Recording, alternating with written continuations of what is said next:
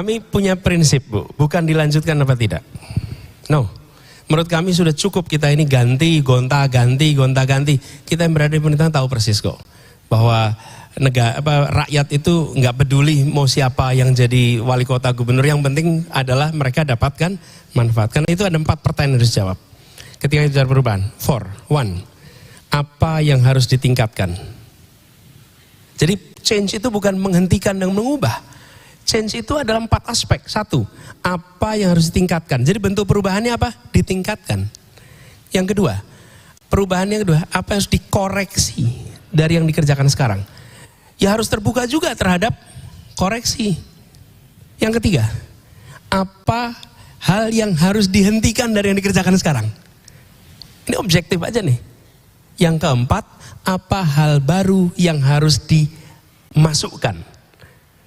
Nah, kebanyakan dari kita ketika bicara change itu difikirnya nomor 3 dan nomor 4 aja, Bu. Dan itu menurut saya bahaya. Jangan kita nanti merasain, saya dulu tugas di Jakarta. Habis itu begitu selesai tugas, ada perubahan. Nggak apa-apa, memang otoritasnya orangnya beda.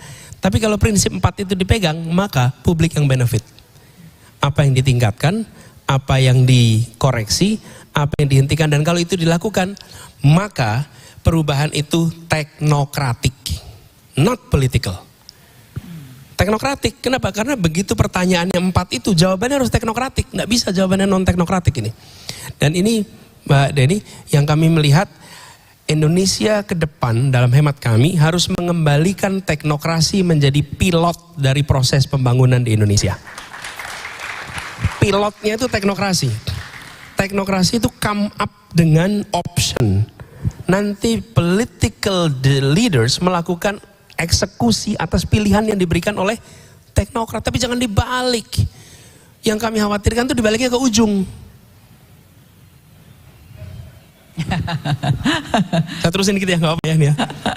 Di ujung gini, si A punya minat investasi bidang ini, diberikan kepada negara, lalu negara kelihatannya menarik, nanti obrolin, kemudian diberikan kepada teknokrat, tolong cari justifikasinya. That's no good. Dan itu nggak terjadi. Kalau kita lihat 30 tahun Orde Baru kan dibalik, teknokrat di depan, pengusaha di paling belakang. Teknokrat itu menentukan butuh petrokimia, itu kata teknokrat. Butuh industri baja, itu kata teknokrat. Baru kemudian di outline polisinya, lalu dicari siapa yang mengeksekusi. Yang sering sekarang terjadi terbalik. Yang mau mengeksekusi, yang punya ide, berikan kepada negara, negara kasihkan teknokrat, tolong buatkan papernya supaya ini justified. Oke.